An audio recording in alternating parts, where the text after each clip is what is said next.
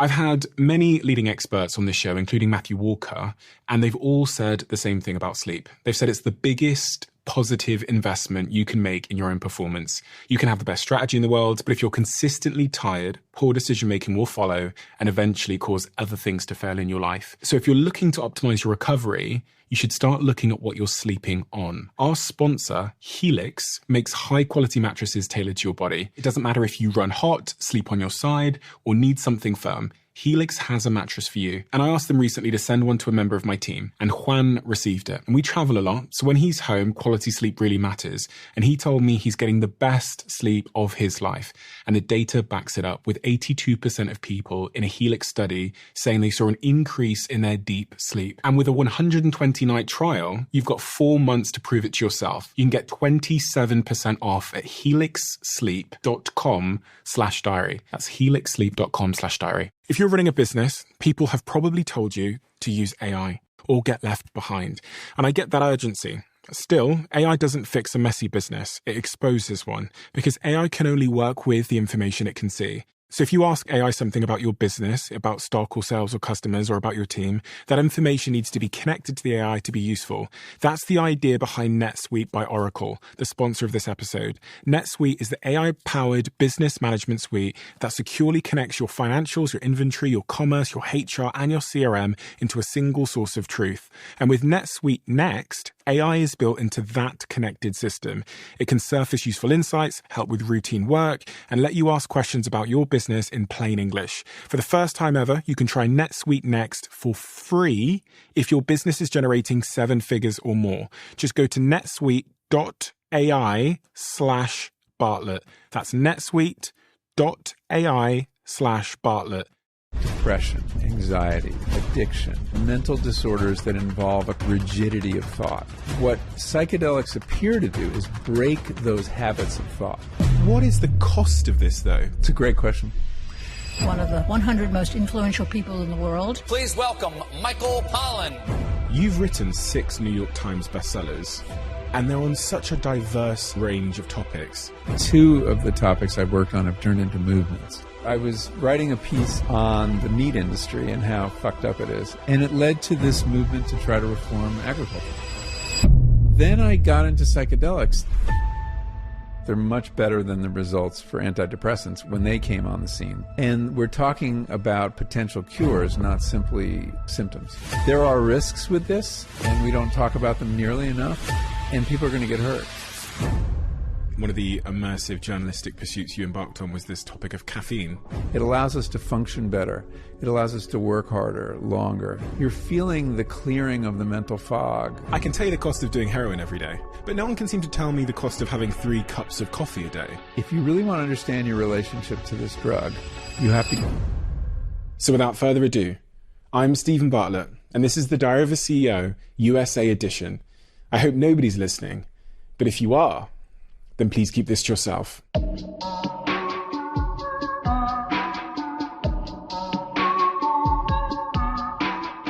Michael, I have to say it's a huge honor to speak to you. When I departed from my company and I started investigating what I was interested in, one of the things, alongside DJing and this podcast and many others, was psychedelics. I was so compelled by this apparent, and I didn't have confirmation, this apparent increase in mental health disorders in my country. In the UK, as you know, as I know you've talked about many times, suicide is the single biggest killer of men under the age of 45.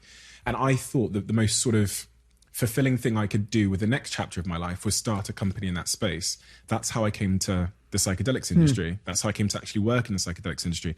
And when I arrived in that industry, people said your name over and over and over again. And they told me, and I'm not blowing smoke up your ass, they told me that I had to, it was like, I wasn't allowed in the industry until I'd read your book, right? How to Change Your Mind. It was that much of a pivotal book for my colleagues at the time. You've written 6 New York Times bestsellers, and they're on such a diverse range of topics. To be so successful in such a diverse range of topics in writing, my first question to you that I wanted to ask is, as you look back on your life and your career, why were you successful? What was it about you that made you successful?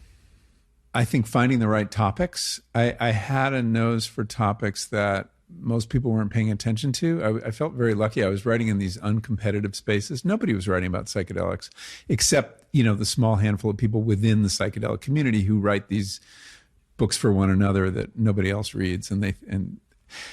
So I remember thinking the whole time I was writing that book, is like, where is everybody? Am I making a mistake here, investing so much in this? No one else is writing about it. And the same was true with food. There was when I started writing about food and agriculture, very little being written. So a willingness to go into places that other people, weren't working in. I don't like writing in competitive environments. I'm not fast enough.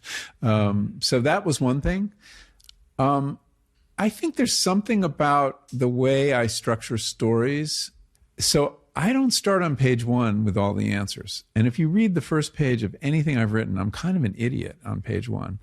I've got questions. I don't have answers. And so my books are kind of detective stories, or, I just tell about the process of my figuring things out and going to this person and learning this and having this experience and learning that. And I think that readers don't like to be lectured at. And I don't do that. I take them along on the journey. When I think about starting a business, one of the pieces of advice that I would, and I think a lot of entrepreneurs would give a young aspiring entrepreneur, is to not pursue something that you're not genuinely interested about, because... Oh, yeah, without question. I mean, that I write about things that I'm passionate about. Curiosity is the driver. And cultivating curiosity doesn't necessarily come naturally to everybody. It's a muscle you have to cultivate, and you have to see the world in terms of questions rather than answers, because questions are always more interesting than answers. So I do cultivate that when I see something happening. I remember when I first read a little article in the New York Times saying they were giving psilocybin to cancer patients to help them deal with their fear of death. I'm like, what's that about? Why would you do that? Why would you ever want to take a trip when you got a terminal diagnosis? I don't think I would want to do that. I just had all these questions, and the only way to answer them was to do reporting, was to go interview the patients and interview the doctors and satisfy my curiosity.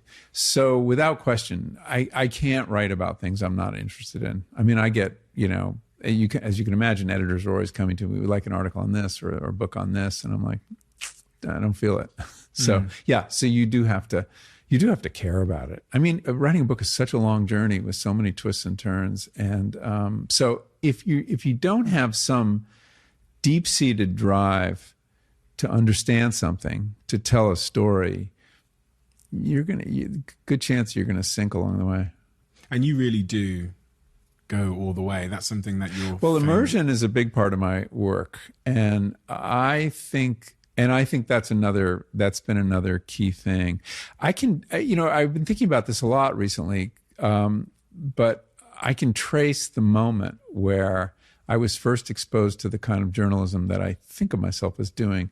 And that was when I was 13. My parents gave me a book called Paper Lion. It's a book of sports writing. It was about football by a writer named George Plimpton. He was a literary person, but a sports writer too, and loved sports writing. And he was kind of bored with how sports writing was done then, which is, it's that cynical cigar chomping guy on the sidelines with the hat who just been there, done that, seen it all, has no sense of wonder or excitement anymore. And he thought there's a way to reinvent this form. And what he did was he persuaded the Detroit Lions, American football team, to let him train with them over the summer training camp, and then start in an exhibition game at the beginning of the season as quarterback. So this guy had never played professional sports at all, was not an athlete, and there he was, facing this line of giant guys coming at him. And he could write about football in a way that no sports writer could, but neither any football player could, because they had been doing it since they were 10 or 6, and they no longer saw it freshly. It was a job. But he had this incredible sense of wonder and humor because he's a fish out of water. And it opened up all these funny narrative possibilities. And I realized that book just sat with me. I love that book. So when I started writing, I forget which book it was in. I think it was my second book. It was a book about architecture. And then I realized I couldn't write this book unless I built something myself. And so finding the way to put myself in the story is been key for me. And with agriculture, I bought a cow and followed him through the food system. Wait, you bought a cow? I did. I was writing a piece that became a chapter in The Omnivore's Dilemma on the meat industry and how fucked up it is, and feedlots and the drugs they give the animals. And that was my assignment from the New York Times. And I found this, and I was going to do the piece in terms of I was going to follow one animal through the whole system from insemination to slaughter. And this was a piece called Power Steer that was published in the New York Times. And it's on my website if you want to check it out for free. But along the way, one of the ranchers said, if you really want to understand our business, you should buy one of these animals. And I thought immediately, this is a great idea. Because it's going to do two things. It's going to give me a character, even though it's an animal, which, having an animal hero in a piece is always a good thing. And it's going to give me a different kind of access when I get to the feedlot and the slaughterhouse, because I own this animal. I'm not just a journalist. And so I picked out this animal, number 534, and I followed him. And I met him on the ranch where he was born, and then I had a reunion with him in the feedlot where he ended up, several months later.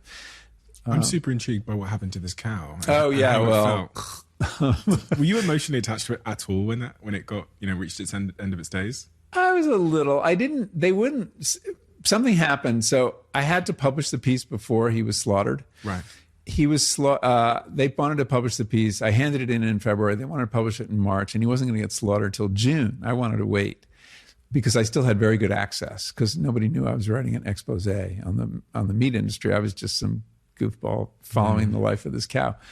And but when the piece came out, the slaughterhouse was like, we're not doing business with Pollan anymore. So I was hoping to retrieve the steaks and eat them or try to eat them and see what I thought about it. And but they wouldn't play anymore. And it's interesting, when this piece came out, there was a whole explosion in the American media of people who wanted to save the cow because they knew he hadn't been killed yet. And I had someone write me, a movie producer in Beverly Hills wrote and say, I want to buy your 534. And I said, what are you going to do with it? I'm going to put it on my front lawn. And I was like, saving one animal is not going to fix the food system. And everybody thought that way. There was even a telethon on a vegan radio station in New Jersey. They were raising money and they would pay me anything I wanted for this animal. And I'm like, this is not how you change the meat system, by like having this poster boy steer. And they actually likened it to the Underground Railroad, that saving one slave was worth it. I was like, that's interesting. So I did not sell it. And it went through the process and somebody ate it, but it wasn't me. There's something sort of telling about that, about the human condition, where we believe that one sort of surface level act of apparent, it's probably virtue signaling, but apparent goodness is enough, or we don't really care about the systemic resolution. Systems are hard to deal with, right? We evolved to deal with individuals and stories of individuals. And that's why this story was powerful, because it was about an individual cow. But what matters is the system. I chose it because it was representative of the system. It was a very typical animal going through a typical start out on grass, kind of idyllic situation in South Dakota, move on to this horrible feedlot where they stand in their own manure all day and eat corn, which makes them sick, and they have to take drugs. And then they go through this slaughterhouse process, which I described, even though I didn't get to witness. But I think we have trouble dealing with systems. And so we always have the poster child, I mean, you look at all the nonprofits, how they advertise, right? There's one animal or there's one child that you're going to save with your donation. And I just think it's a limitation of our imagination. That's what I was thinking of, a very recent example of that, which is the tragic death of George Floyd, and how that sparked people around the world, specifically on Instagram, posting a black tile. As a black male, I looked at that and thought, this is like the easy thing to do, right? But it doesn't solve the systemic issues of sort of race and race relations and discrimination. But like, we can all do the like virtue signaling, socially, hashtag whatever, black tile. But again, the complexity of the system below it, that's kind of might be the cause of some of these things, is just, does anybody really care to deal with that? You know, it's like, I think it's just overwhelming to people. And, you know, it is virtue signaling. I mean, all over Berkeley where I live, people still have Black Lives Matter signs in their windows, you know, everywhere. Like, when are they going to take them down? Are they ever going to take them down? I understand the value of expressing that point of view, but there's so much more that needs to be done. What does need to be done when we're thinking about sort of rewiring systems? Is it education? Is it political? Is it? I tend to think it's about law. I think you can't legislate morality, but you can change laws and make certain kinds of activity discrimination illegal. You know, we're approaching it in America at the level of everyone's soul. We're trying to reform everyone's soul with anti-racism campaigns and things like that. We'll see if it works. I tend to think it doesn't work. And one of the things that I've been very discouraged by is the collapse in support for Black Lives Matter, which had majority support after that George Floyd summer. And now it doesn't. It's been politicized, right? Yeah, and it's been fought against by Republicans. And but I also think shaming people is not the way to get them to change. Amen. And there was a lot of that. And I see a lot of this on college campuses. I see a lot of this throughout the culture. I understand the instinct, but I think you invite a backlash. That's not the best way to get people to change. And I think, in fact, it can have the opposite effect. I think from what I've observed specifically around the issue of Black Lives Matter, that shame that I saw in the wake of George Floyd's death only resulted in this kind of like apparent social compliance, not change, like, okay, now I have to pretend to be this person. And that like compliance, again, is not what we're looking for. I did a big tweet thread about how I felt white people were being shamed into either speaking out, saying something profound or other, when really, for me, it was actually the least natural reaction to the scenes that I saw in that video of George Floyd's death would be doing a tweet or posting. I spent weeks like processing it, and then I was being shamed. Steve, why aren't you speaking up at black people? And I just thought, and all of that, again, it didn't bring me closer to waving the flags. It just made me feel like, I don't know, kind of disillusioned by it all. So you're right, shamed. Yeah, there was a lot of pressure to immediately express your solidarity with Black Lives Matter. And if you didn't, there was something wrong. Yeah.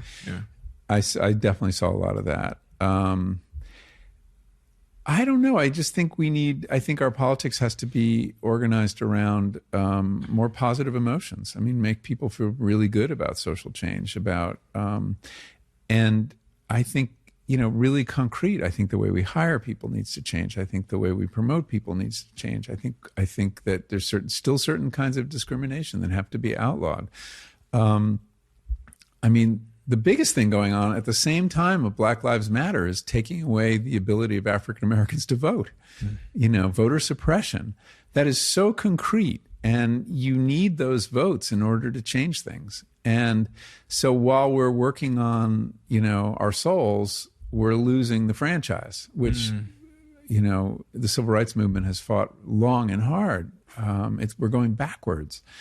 So, I think we should consider whether this politics is working or not, and I would suggest it might not be. I would agree. We started talking about the topic of like immersive journalism.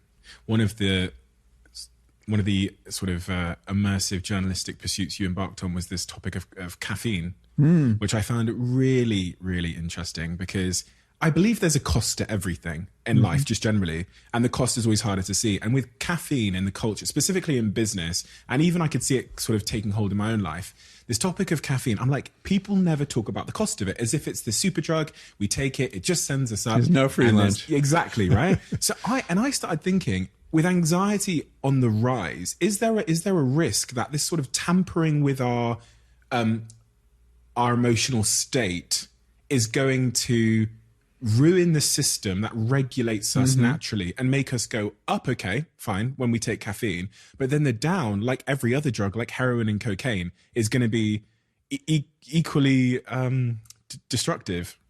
Yeah, I mean, you're talking about the law of compensation, I think is what Ralph Waldo Emerson called it. I love that. And that there's always some compensating thing. There is no free lunch. And that was a real issue as people were trying to understand how caffeine worked, because it seemed to be a free lunch. Here was something with 0 calories that gave you more energy. Caffeine works by blocking the action of a neurotransmitter, a neuromodulator, technically, called adenosine. It's a chemical that we all have in our bodies that over the course of the day, the levels rise. And it plugs into a certain receptor in the brain that's all over the brain. I think it's other parts of the body too. And adenosine is your body's signal to slow down, get ready for sleep. It builds sleep pressure. And what caffeine does is it fits exactly in the same receptor and hijacks it, basically blocks the adenosine from getting to that receptor. So the adenosine is still in your body, but it's not acting on your brain because it can't get into those receptors. When the caffeine leaves your system, which takes a while to do, all that adenosine that's been building up, boom, comes in. And so you're more tired than you were before. So you have this kind of rebound exhaustion. So you're really borrowing that energy from the future rather than creating new energy out of nothing. It's still very useful under certain circumstances. I'm not a critic of caffeine. It might be my favorite drug. And I've tried a whole bunch. And it was immersive journalism in that, in this case, I had to stop doing something rather than doing something. So in How to Change Your Mind, I tried LSD and psilocybin and 5-MeO-DMT and all these things that were really scary and hard for me. But this was harder. Giving up caffeine for 3 months really was a stretch. But it was a really interesting experiment, and it taught me that there's a great value in giving things up temporarily, just to understand your relationship to them, understand your dependence on them. What was hardest about it? Well, there was the withdrawal, which took a few days and was very unpleasant. I felt like kind of muzzy-headed. I felt like this veil had fallen between me and reality. Things seemed less fresh, less immediate. I didn't have the headaches that some people report, and I didn't have the flu-like symptoms, but I didn't feel myself. And I was sluggish. I couldn't concentrate. I couldn't write for the first week. I said in the book, I felt like an unsharpened pencil. I just didn't have it. It takes a certain amount of ego strength to launch into a writing project or to launch into it every day. And I just didn't have it. And so I was like, I don't know if I can do this for 3 months. After the first week or so, I found my way back that I could work, but I still didn't feel myself. And it began to occur to me that how curious is that? Because what does that say? If I feel more normal on this drug than off this drug, because I'm through the withdrawal period. But I came to see that my normal default consciousness was caffeinated consciousness, as it is for a great many of us. I mean, 90% of people on Earth have a daily relationship with caffeine, whether it's in tea, coffee, soda, chocolate. It's in a lot of things. You meet people who say, I can't talk to you until I've had a cup of coffee. I'm not civil. I can only read the paper. People who just don't enter into social relations till they have a cup of coffee. The reason is they're going through withdrawal and they're cranky and they know it. The amount of people probably in this room now, there's probably 12 people in this building. And of them, I think probably 12 of them have had that drug today. Yeah. With this society, as you've said, people saying, I can't function, I can't have a conversation until I've had a coffee. What is the cost of this, though? Because I can tell you the cost of doing heroin every day, or pretty much any other this drug. is subtler. Even sugar, I can tell you the cost of doing having huge amounts of sugar every day. But no one can seem to tell me the cost of having 3 cups of coffee a day. Yeah. Well, the costs, I mean, if it depends on how it agrees with you. I mean, for some people on 3 cups a day, they get pretty jittery. And it passes over from this very positive feeling to this nervous feeling. And that's a cost. I think the larger cost is to our identity as animals. We were designed, I think, to have rhythms as animals do, that, you wake up when the sun comes up and you start going to sleep when it gets dark. And that we were tied into these natural cycles dictated by light. And it broke that connection. It broke that temporal connection. And so there may be some cost as species. And we struggle with sleep. And sleep is a huge deal. And sleep is you need sleep to be healthy and sane. You need it for your mental health. And coffee does damage your sleep. Now, I put a little asterisk next to that, because if you can stop drinking it after that morning cup, you're going to have very little in your system when you go to sleep. But a cup of coffee you drink at noon, a quarter of that caffeine will still be circulating at midnight. So it takes a while to get out of your system. Most of the caffeine researchers I interviewed do not drink coffee or tea. Interesting. I mean, these are people who understand sleep and the importance of sleep. And one of the benefits, I didn't mention one of the benefits of being off coffee, is I slept like a teenager. It was fantastic. I had some great sleeps. My sort of logical mind, when it understands how other drugs impact us and the withdrawals and how they impact our rhythms, our natural rhythms, even think like testosterone, if you take too much of it, your body stops producing it. If you have too many sleeping pills, your body struggles to sleep without them. So I reflect on coffee and go, surely, I'm an idiot, so don't take this as the truth. Surely, if I have coffee every day, I'm going to struggle to like self-regulate my ups and downs. Yeah. And if I'm forcing my body to go up, then my body will come down even further than it would ordinarily. Or you'll take something else to make it come down. Yes, and then I'll have to take a sleeping pill or alcohol. Yeah. So no, people do get into these cycles of coffee and alcohol, or tea and alcohol. I think there's always a cost. But I would say historically, the benefits have outweighed the costs compared to other drugs. I think that we've gained a lot. And there's the whole social aspect of coffee. I mean, the coffee house scene in London was just so vibrant. And, the insurance in Lloyd's of London began in a coffee house, and the London Stock Exchange began in a coffee house. And, English literature was changed by the rhythms of conversation in the coffee house. And it was this place where the classes could mix in a way they couldn't in the tavern or anywhere else. And, you can make a case, and I try to in the book, that the Enlightenment and the Age of Reason owed a lot to caffeine. So I think it had a really positive effect in that it got people who were inebriated on alcohol all the time to think clearly. And that was a big deal, because I don't think people realize how much alcohol people drank prior to 1650. It was the safest thing you could drink because the water was contaminated with disease, and people understood that. That's how you got plague, was, using the wrong water pump and things like that. Alcohol, the fermentation process and the alcohol itself disinfected water to some extent, but not as effectively as boiling it.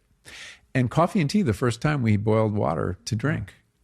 So the countries that embraced coffee and tea, suddenly their public health was much improved. They had much lower rates of disease. So that was also a boon. So there are a lot of positives. You talk about the reason why coffee is addictive anyway, from a pollination perspective, which I found really, no one's ever said that before. Yeah, so that was one of the interesting bits of research that I came across. So like a lot of drugs that plants produce, it begins its life as a pesticide. Most of these alkaloids that we think are so great, whether it's cocaine or caffeine or, there's so many of them, and they're not occurring to me right now.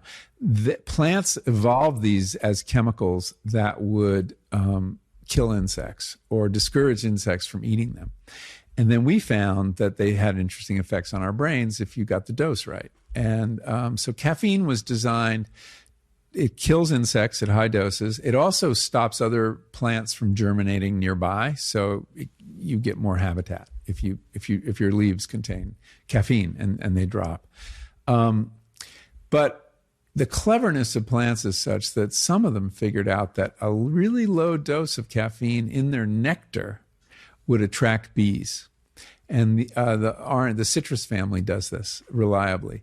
So they've repurposed this pesticide as an attractant, because you don't put pesticide in your nectar. That's where you attract insects. And it turns out bees really like caffeine. And they will go preferentially to flowers that offer them caffeine. We don't know if they get a buzz, but they do prefer it. And it does for them what it does for us. It improves their memory. They're more likely to go back to the flower that gave them caffeine than any other flower and remember where it was. They will also work harder so they become better workers, basically. So the plants are manipulating the bees to do their bidding. We knew that, but in a much deeper way than we understood, by essentially, drugging them. And then humans came along and just... And then the humans, yeah. But the curious thing is, why should a pesticide have these mental effects for us? And the theory I advance in the book is that if you're a plant and you're bothered by pests, the best strategy is not to kill the pest. Because if you do that, if you just put out a lethal chemical, you're going to kill a bunch of the pests, but the resistant members, and there are always some mutations that give resistance, they're going to explode. Their population will explode, and your tool will be gone. It won't work anymore. But if you merely discombobulate your predator, your pest, confuse it, which psychedelics and other drugs do, make it lose its appetite, which most drugs do, you're much better off, because it won't have this kind of selective pressure. Interesting. So I got this insight from my cat, Frank, who had a real issue with catnip. I had a catnip plant in my garden, and my garden was fenced. And every night when I was going out to the garden to pick something for dinner, Frank would follow me and look up at me. And he wanted to be shown where the catnip was. And I would show him to the catnip, and he would roll in it and get really stoned, and then forget where he had seen the catnip. And he had to be reminded every single day. This is an intelligent cat. Like, where was that plant? The plant had drugged him so that he would lose track of where it was. Oh, wow. So I thought that was a pretty clever plant. Certainly more clever than Frank was. Speaking of clever plants, then. Transition, yes. That wasn't bad, was it? On the topic of psychedelics, which is I referenced at the start, when I first heard about the concept of psychedelics, I, like you, because I've heard you talk about your initial sort of perception of them, was terrified by the thought of losing my consciousness. I also thought, as you talked about cancer anxiety in your writing and how patients suffering with cancer, I think the last thing I'd want to do is trip if I had cancer. But also another point that you made in a talk you gave was, I saw myself as a very logical, scientific, physical person. And I thought that I couldn't be that and spiritual, or however you want to describe it, or really anything I couldn't think or feel. Tell me about your journey then, from going from that place to psychedelics. I know it's well documented in the journey you've taken, but I really want to understand how your perception shifted and where it sits today as a spiritual individual. So I did see myself as a very materialist in my philosophy. I thought that the laws of nature we knew explained everything, and anything else was supernatural, And I'd talked to a lot of people who'd done psychedelics and had this big spiritual experience. And so I was curious about it, because I said somewhere that I thought I was kind of spiritually retarded. It was a part of myself I hadn't developed. But I did have this misconception that to be spiritual is to believe in supernatural things. Yeah. Okay. And that's kind of a scientific view. It's scientists assume this about spiritual people.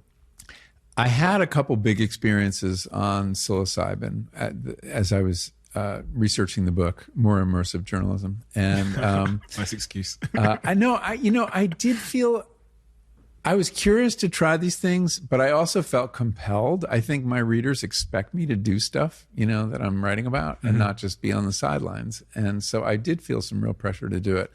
But I did these conversations with volunteers in these studies and individuals who had, amazing experiences that completely changed their attitude toward death. I mean, people who lost their fear of death after 1 4-hour experience on psilocybin. I mean, how does that happen? You have to be curious about that. Psilocybin being the active ingredient in magic. In magic mushrooms, yeah. But in these trials, they get it in a pill form. It's kind of purified, but it's the same drug exactly. So I had a couple really interesting experiences that reset my understanding of what spiritual meant. And my experiences had to do with powerful connection to something bigger than me that I felt. Specifically for me, it was the plants in my garden I'm a gardener. I've been writing about plants one way or another for a long time. And I've always admired plants. And I think, as we were talking about the citrus plants with the caffeine, I think they're really intelligent in a very different way than we are.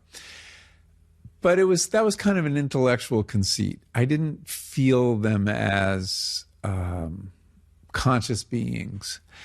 And during this trip, I did. I was in my garden, and all the plants were like talking to me. I mean, not literally talking to me, but they were returning my gaze. They were present. They had sentience, and they were very benign. They liked me. I took care of them. I fertilized them. But it was a very powerful connection to nature that I hadn't felt before. Most of us, when we walk through the natural world, we sort of feel we're sort of part of nature, but we're sort of not part of nature. We're all alienated from nature. That's our human thing. And it's our human arrogance, actually. But it's also a failure of imagination to see ourselves as animals. But that's what we are. We're a little different. And there are ways in which we have transcended nature, or think we have. But anyway, I felt more one creature among many than I had ever felt in my life. I was just another creature in the garden. And it was kind of liberating. It was this wonderful feeling. It was a great moment. So I had that experience. And then I had another experience of, what people call ego death, of, total ego dissolution on a high dose psilocybin, a guided psilocybin trip. It's not something you want to try on your own. And,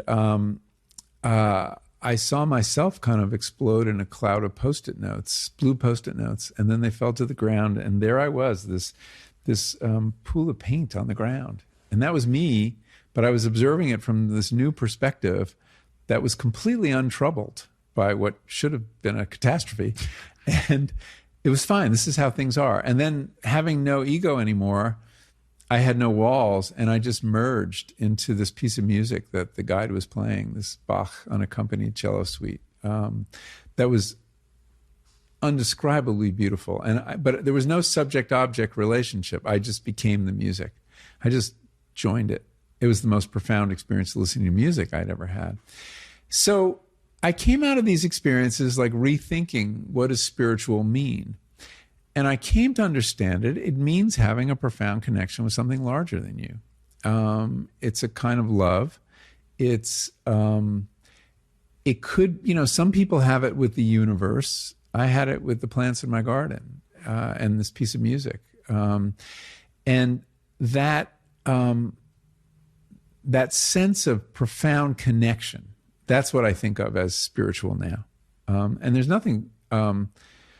nothing supernatural about it. You could say, well, your plants weren't really conscious, but they are sentient beings. And we're the first culture in history that's forgotten that. Our scientific worldview has given us this incredible blind spot about the sentience all around us.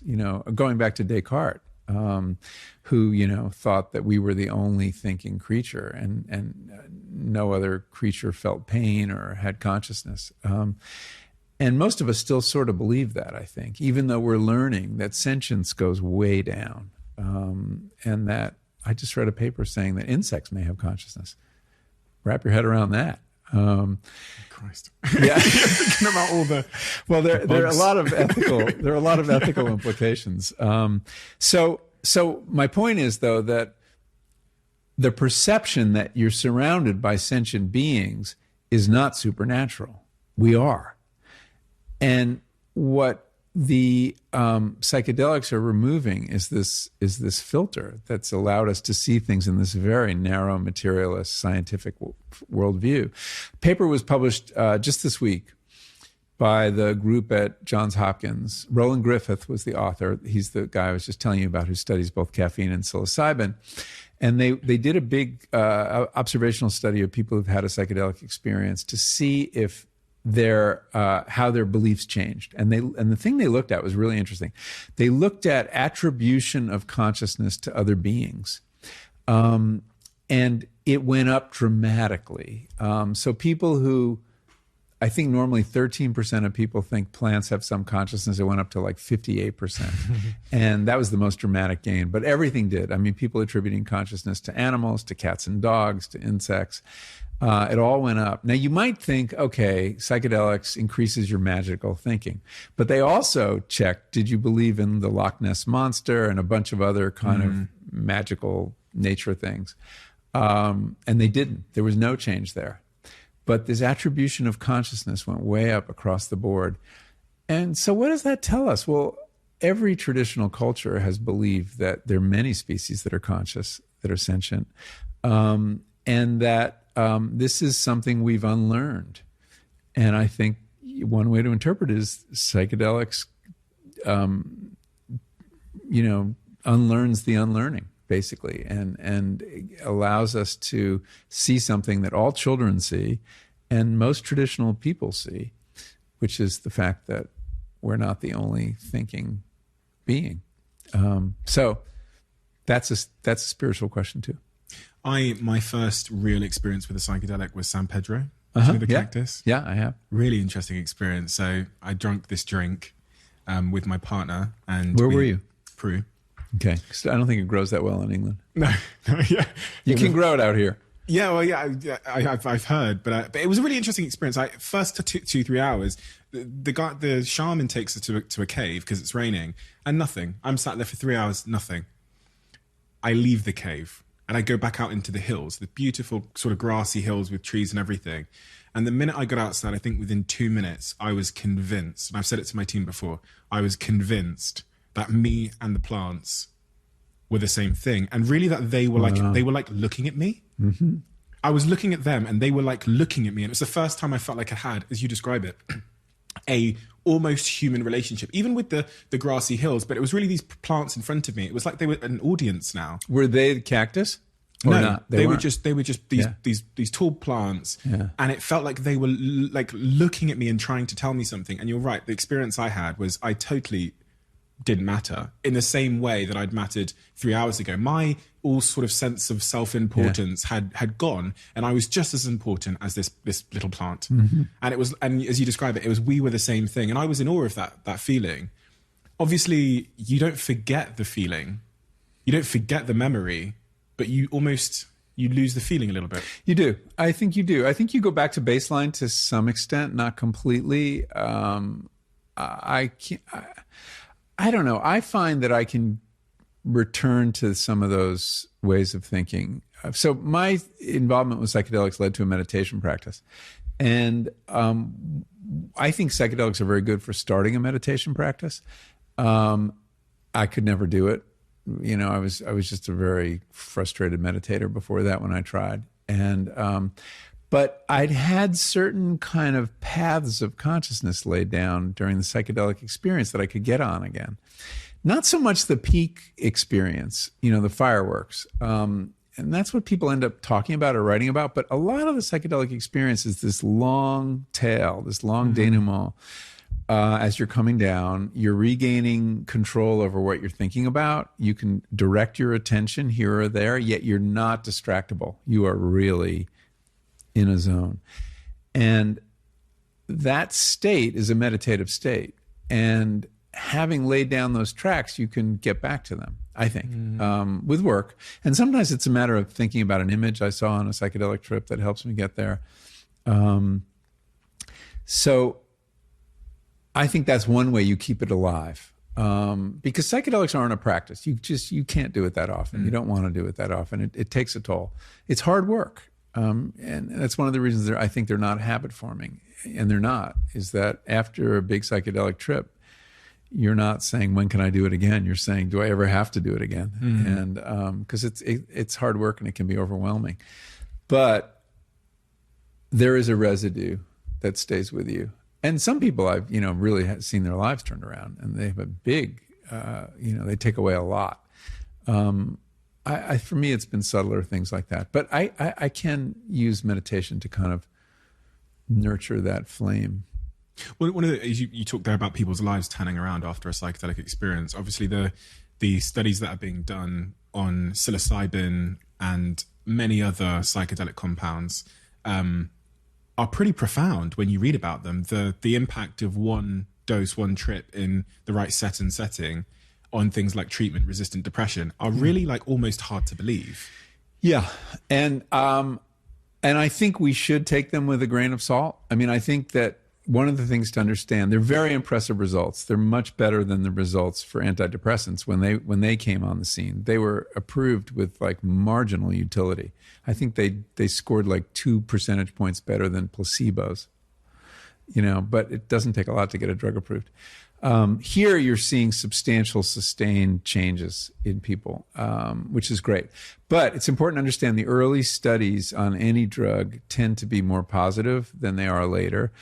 Part of the reason is that the researchers are optimizing everything. They have very well-trained guides. They can exclude anyone who's too depressed or has some other problems. So they're not giving it to thousands of people. They're giving it to hundreds of people. So I think we could expect, as we get to phase 3 and then introduction, that the effects won't be quite as good as they've been. But so far, they've been like 2/3 of people in most of these trials, whether it's MDMA for trauma or psilocybin for depression or addiction, have, lost their diagnosis. That's pretty extraordinary. And we're talking about potential cures, not simply symptoms, dealing with symptoms. So it's very exciting research. I think I'm a little concerned about the kind of irrational exuberance that's surrounding the space. There's all this investment money. There's more capital than there are good ideas, I would say. That's my reading of the situation. And people are going to get hurt, So I just see a bubble here that concerns me. But there is something real here. And I just hope we can be careful about how we, that we don't build up people's expectations, especially people with mental illness, that they think they've got a cure. It doesn't work for everybody. And some people have really hard experiences on psychedelics.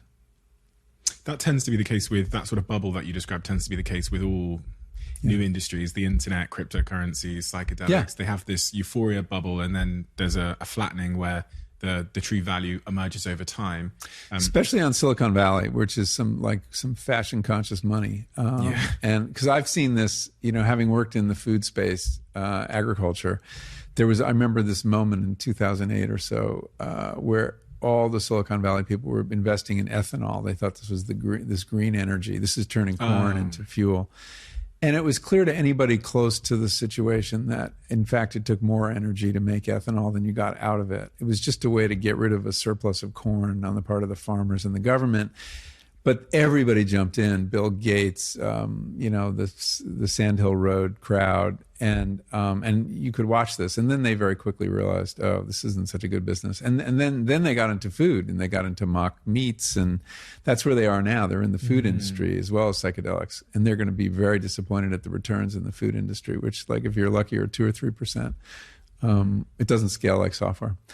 Some of the evidence in these clinical trials does show the efficacy of the psychedelic compounds. And one of the questions I had, and I know that you've done a huge amount of research on this, is if psychedelics are effective, even in some cases, what does that say about the causes of these? It's a great question. Yeah. The honest, complete answer is we don't know. But the best theory that I've come across is that if you look at the different disorders that psychedelics appears to be effective in treating: depression, anxiety, obsessive compulsive disorder, addiction. All of these are mental disorders that involve a kind of rigidity of thought. People stuck in loops of rumination, inflexible thinking. They need this drug to get through the day. They have this narrative in their head that they're a bad person, that nothing is working in their life, or they have anxiety and they replay loops about, what makes them anxious. What psychedelics appear to do, what psilocybin appears to do, is break those habits of thought. It's kind of a solvent. And so that it shakes things up in a way that makes the brain more plastic, more able to learn new patterns. Because this is essentially people stuck in old patterns. And so I think that this is probably its contribution. The most beautiful metaphor of this that I heard from a neuroscientist, he said, I think of your mind as a hill covered in snow. And it would have been a mountain, except he was from Holland, and they don't have mountains. And your thoughts are sleds going down the hill. After a while, your thoughts are going to keep getting drawn like attractors into the same grooves. And it's going to be very hard to get down the hill without falling into those grooves. Think of the psychedelic experience as a fresh snowfall, filling the grooves, allowing you to take any path you want down the hill. So I think it has to do with habitual thinking, rigid brains, stuck brains, brains that have too much order and need to be disordered a bit. So, this all remains to be proven. There's actually a group at Mass General at Harvard that is looking at the whole question of rumination in psychedelics and seeing if that is indeed the common denominator. Because we think of all these diagnoses as actual real things, but they're really conventions of the psychiatry industry. And if you read the DSM, the whole encyclopedia of diagnoses, every 5 years they throw out a bunch, they add a bunch, they don't really know what they're doing. So I remember asking a psychiatrist, I said, isn't it a little weird that this same drug works on these 5 different things, addiction and obsession? And he said, well, how do you know they're different things? Maybe they're all different symptoms of the same brain, same kind of brain. And so, if you think about it, anxiety is worry about the future. Depression is really being a victim of the past, but it's a similar mental construct, and psychedelics appears to weaken it. I'd read that sort of analogy of the hill, and it really stayed with me. That hill with the snow, this idea that our trauma or whatever it might be, our past experiences have created these grooves which we just slide down every single day and over again. And you talked about previously how that's why there might be a case for doing psychedelics later in your life. Yeah, exactly. Yeah, I do feel, as life goes on, we become more creatures of habit. It's just a given. It's about learning. We learn what works. We learn the algorithms that get us through the day, get us through a fight with our spouse, get us through negotiating with our children, whatever it is. We have these algorithms. They're handy. They work. They save us time. And we are efficient creatures. But habits blind you to reality. You're one step removed from experience. You're saying, okay, that's this situation. I'm going to play this tape. And you lose your sense of wonder. And that's so important. And awe, awe is one of the most important emotions. And as we get older, kids have this awe experience every day, every minute. It could be a cookie, it could be walk down the street. It's just incredible. And the reason is that it's all new to them and they haven't formed these habits. And as we get older, I think that's where the value of psychedelics is really important, because they are reliable awe inducers, and that they make you see things freshly. And, I talk in the book about this very common psychedelic insight that love is the most important thing in the world. And we laugh, and it sounds like a Hallmark card and such a cliche. But what is a cliche? It's a truth that's been overused. And we protect ourselves with this sense of irony and banality. But love is the most important thing in the world. So there's truth to that. And that the line between banality and profundity is very fine. And so, you're always hearing people who have psychedelic experiences and they come to you with this revelation of the obvious. But we need to be reminded of the obvious. Do you think there's another way to remain fresh in the mind other than needing to do a psychedelic trip? Because I even relate, I'm 29, but I relate to me getting stuck in the same patterns of thought, which can divulge into like a bitterness, or like they can, some of my patterns and habits result in happiness and fulfillment and feelings of contentment. And then others can result in like bitterness and resentment and other negative things. So I'd love to be able to do a fresh fall of snow on some of those. Yes, I know, and without using psychedelics. I mean, learning something new, doing something new is incredibly revitalizing. Travel is. I mean, think of like how when you travel somewhere, you're in a new country, you've never been there, all your algorithms fail. Like, the menu has full of unexpected things. Walking down the street, you don't see the same brand names you see everywhere. So your senses are really working hard because you're taking in lots of new information. That's why it's so exhausting, but it's so wonderful too. So I think travel is one thing. I think learning a new skill. I think that for me, that's really important. It's what I love about journalism. I get paid as an adult to learn whole new fields. I'm getting paid now to learn about neuroscience and consciousness. It's so great. But and some jobs don't allow you to do that. That is in the nature of journalism. It's in the nature of what you do. You get to talk to anybody you want. So before I asked the question, I was thinking if I was to answer it myself, it's this. Yeah. Because when I walk away from these conversations, it's almost like sometimes a psychedelic trip, or just a real shaking of what I thought to be true. Yeah. And it yeah.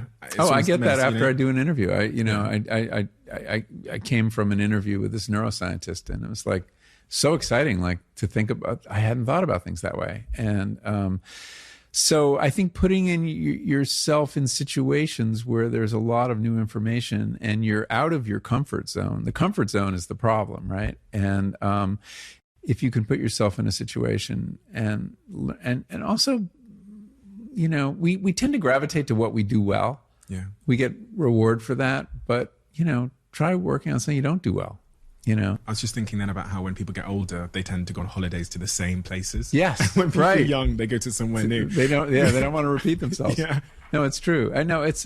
So I found this at this phase of life. The psychedelic experience was really valuable for that reason. That it did cause me to rethink things, have new perspectives, and have this wonderful feeling of awe, and be reminded of these things. How much I love plants, how much I love love, relationships. I mean, the sense of gratitude that this is a very common emotion for me in a psychedelic trip, is gratitude for my parents and my son and my wife we don't spend nearly enough time expressing gratitude for what we have. We take it for granted. And undermining the taken for granted, I think, is the most important thing that they do. Breath work, something I've heard you talk about as well. Yeah, so breath work is a non-pharmacological mode of changing consciousness. It was developed by Stan Grof, a Czech psychiatrist who worked in the States for many years. Spoken to him. Oh, you did? Oh, that's call. great. Yeah. Well, I spoke to his wife, but Stan was there. Yeah, Stan's wonderful, and I interviewed him for How to Change Your Mind. And so when LSD was banned in 1970, he was having such good luck with it, and really believed that there were these new, superhighways to the unconscious, that he wanted to figure out another way to induce this state. And so he studied yogic breathing and all these other traditional cultures that had these induced trance. And it's a pattern of breathing that you do, accompanied by usually rhythmic drumming, that for, I think, about 2/3 of people will put you in a trance state that's very much like a psychedelic state. It was really eerie how it works. You basically find yourself losing control of your limbs. I mean, it's very physical. Yes, you're on your back and you're dancing and you're breathing this very unnatural pattern of a strong exhalation, stronger exhalation than inhalation, very fast. I think you're hyperventilating. I think that's what you're doing. Yeah. And And I think that probably, we don't know this yet, but that probably is reducing blood flow to the brain or oxygen to the brain. And one of the curious things about psychedelics is not that they're increasing brain function, but they're decreasing it in certain important areas, including something called the default mode network, which is a center of the brain that's very important control center of the brain that is involved with your sense of self, time travel, into the past, into the future, the narrative self, the story you tell yourself about your life, how you fit everything into the story of who you are. It's if the ego had an address, it would be the default mode network. It may be that starving that of oxygen gets a similar effect that psychedelics do. But psychedelics, that's one of the mysteries. Is like, we think of all this extra consciousness we get from psychedelics or expanded consciousness, but it may be that it's closing down certain things which allow other things to happen. I did breath work with my partner and my girlfriend in Bali. She's training as a breath work practitioner. So how did it go? So again, walked in super skeptical. This guy starts telling me a bunch of reasons why it's gonna, the sort of physiological reasons why it works. It was about a 30-minute, 20-minute session. I mean, 10 minutes, I didn't even notice. I only noticed on photos after that I was laying on my back, but my hands were in the air. So, and I did not put my hands in the air. Yeah, it's involuntary. Yeah, and they were in the air for 15 minutes, and it didn't help my muscles. So, And the other thing was, I went to this strange emotional place where I felt a huge amount of gratitude for certain people in my life, and I actually felt the need to apologize for recent behavior that I'd carried out. It just, it was a very emotional experience, as it is for, I know, a lot of people. But it just really compelled me, the thought that doing something with my breathing could have such a profound impact. And then it got me thinking about my day-to-day breathing, which is part of the education about how we breathe so shallowly. Right. And especially when I'm anxious, if I'm ever anxious and I think about it, I'm breathing very shallow. 20% of what I usually breathe. So one of my ways now, if I do feel anxious, of counteracting that from that breathwork session is taking 7-second inhalation, holding it, and then 7-second out. And honestly, doing that for 20 seconds or 30 seconds completely seems to flush out any feelings of anxiousness. There's a bunch of really interesting breathing exercises. There's one that Andrew Weil does called 4-3-7, 4-3-8. And it involves a certain amount of, I'm not going to remember it right now, but a certain amount of inhalation, hold your breath, and then exhale for longer than you inhaled. And it's remarkable. I've done it before going on stage and things like that. It just lowers your stress level very quickly. I'm guessing it lowers your blood pressure. There's a lot we don't know about breath. I mean, breath is amazing. And I think you can do a lot to fiddle with your consciousness using breath. It genuinely, of all the things that people have prescribed or told me, the simplest thing that I've sort of implemented in my own life, when in situations where I'm feeling stressed, before going on stage as well, before my tour, I used to do it in the green room, or when I'm feeling anxious or divulging in sort of overthinking, is just focusing on my breath. My next question to you, my last question really is about what's next for you. As a tremendously successful author that's written about such a diverse range of topics, I mean, I think the first question when you walked in the door was, what are you writing about next? Yeah. It's got to be something of deep interest. You're going to immerse yourself. You're going to buy a cow again. I don't know what I'm going to do for this topic. So I'm researching consciousness, the science and philosophy and literature of consciousness. One of the things that psychedelics does is raise questions about consciousness. I talked to you at the beginning about questions are more interesting than answers.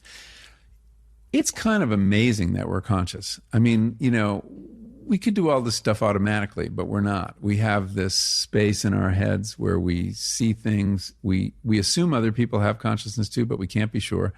And how does 3 pounds of tofu in your, between your ears produce an experience of subjectivity, of quality? It's one of the greatest mysteries left. So I'm going to explore all of it and see where it takes me. Again, I don't know where I'm going, but that's the exciting part of writing. You said at the start that your job is to answer questions.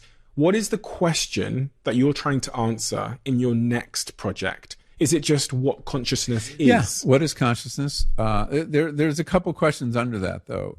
Why do we have it? What do we need it for? What does it allow us to do? Who else has it? If you look, do the insects have consciousness? Do the plants have consciousness? There are people who believe plants are conscious. Are they? How do you define consciousness? There's so many subsidiary questions you have to answer to get to the bottom of it. And I think it has a lot of, this question of who else has consciousness has a lot of political or environmental implications. I think that one of the reasons we got into such trouble with the environment is the scientific worldview, for all its power, has blinded us to the interests of other creatures. And one of the, you look at Native American culture and there's this sense that everything is alive, everything has a spirit to it.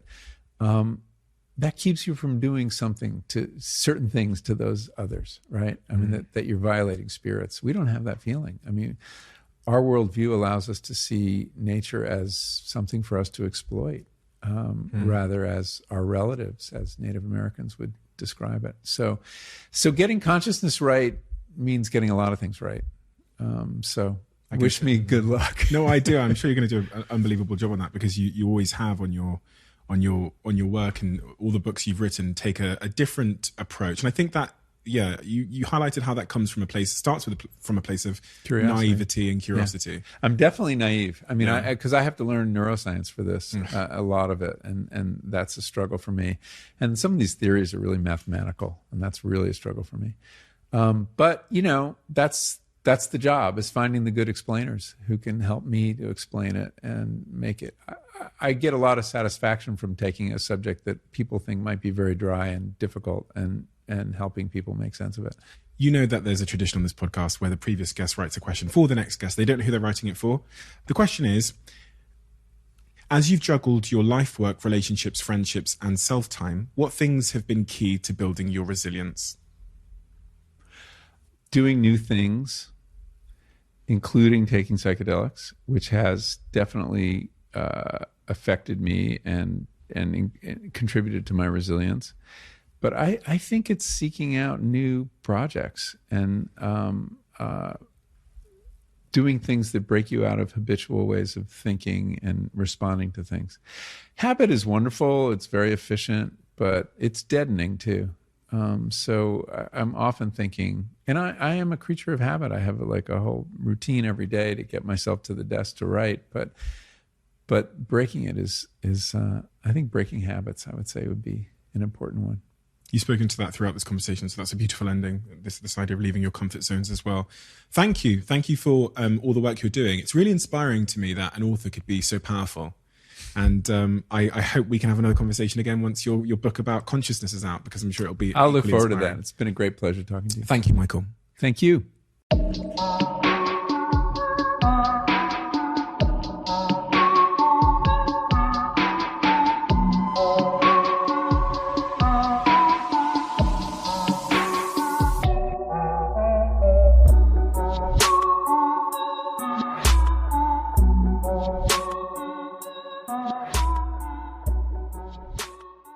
If you're running a business, people have probably told you to use AI or get left behind. And I get that urgency.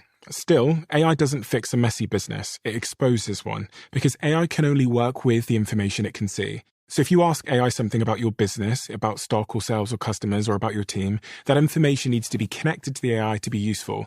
That's the idea behind NetSuite by Oracle, the sponsor of this episode. NetSuite is the AI-powered business management suite that securely connects your financials, your inventory, your commerce, your HR, and your CRM into a single source of truth.